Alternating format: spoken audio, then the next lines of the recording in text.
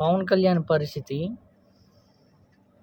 మొగుడు లేదురా మొగుడంటే పెళ్ళాం పెసరపప్పు అడిగిందన్నట్టుగా పాపం పవన్ కళ్యాణ్ గారు పిఠాపురంలో గెలిచేదే కష్టంరా బాబు అంటే ఈ టీవీ ఛానళ్ళోళ్ళు పవన్ కళ్యాణ్ గారు ప్రధానమంత్రి అవుతారు, పవన్ కళ్యాణ్ గారు సీఎం అవుతారు, పవన్ కళ్యాణ్ గారు హోం మంత్రి అవుతారని డబ్బా మాటలు తప్ప మరొకటి లేనే లేదని స్పష్టంగా అర్థమైపోతుంది.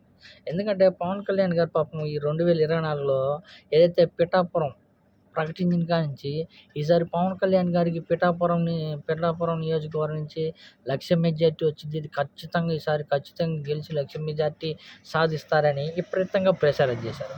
లాస్ట్‌కి తీరా చూస్తే పిఠాపురం నుంచి వర్మ గారు, టీడీపీ తరపు నుంచి వర్మ గారు పవన్ కళ్యాణ్ గారికి తోడుగా ఉండి అండగా నిలబడుతున్నారు. లాస్ట్ మూమెంట్‌లో వర్మ గారు గాని హ్యాండ్ ఇచ్చారు. తర్వాత ఏదైతే టీవీ ఆర్టిస్టులు సినీ పరంగా కానీ జబర్దస్త్ టీవీ పరం నుంచి వాళ్ళు, అదే కుటుంబపరంగా రామ్ చరణ్, సాయి ధరమ్ తేజ్ అందరూ వచ్చి విపరీతంగా ప్రచారం చేశారు. అయితే లోకల్‌గా తీసుకుంటే ఈసారి ఖచ్చితంగా పిఠాపురం నుంచి పవన్ కళ్యాణ్ గారు ఓడిపోతారని క్లియర్ కట్‌గా కుండబద్దలు కొట్టినట్టుగా తేల్చి చెప్పేశారు. ఇది ఖచ్చితంగా వైసీపీ పార్టీ నుంచి వంగ గీతారెడ్డి గెలుస్తారంట. కానీ ఈ టీవీ ఛానల్సోళ్ళు ఈసారి పవన్ కళ్యాణ్ గారు ఖచ్చితంగా సీఎం అయిపోతారు, ప్రధానమంత్రి స్థాయి అవుతారు, ప్రధానమంత్రి హోం మంత్రి స్థాయి అవుతారు అని తీవ్రంగా ఇలా ప్రచారం చేయడం మొదలుపెట్టారు తప్ప లేదు. మళ్ళీ ఏదైతే ఎక్కువ సభల్లో కానీ సీఎం అంటారు. కానీ పవన్ కళ్యాణ్ గారు ఏమంటారు, నాకు సీఎం అయ్యే స్థాయి లేదు, కనీసం ఎమ్మెల్యే అయ్యే స్థాయి లేదు, కనీసం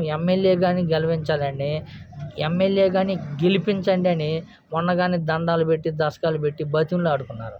మొత్తానికైతే ఈసారి పవన్ కళ్యాణ్ గారు హోం మంత్రి ఏమో కష్టం కానీ ప్రధానమంత్రి అవ్వడం అయితే చాలా అంటే చాలా ముఖ్యమనే చెప్పుకోవచ్చు. పవన్ కళ్యాణ్ గారు గెలిచేదే కష్టంరా బాబు అంటే హోం మంత్రి అవుతారు, సీఎం అవుతారు, డిప్యూటీ సీఎం అవుతారని ఈ ఛానల్ ప్రచారం చేయడం అంతా చూసారా, నవ్వాల్సి వచ్చింది.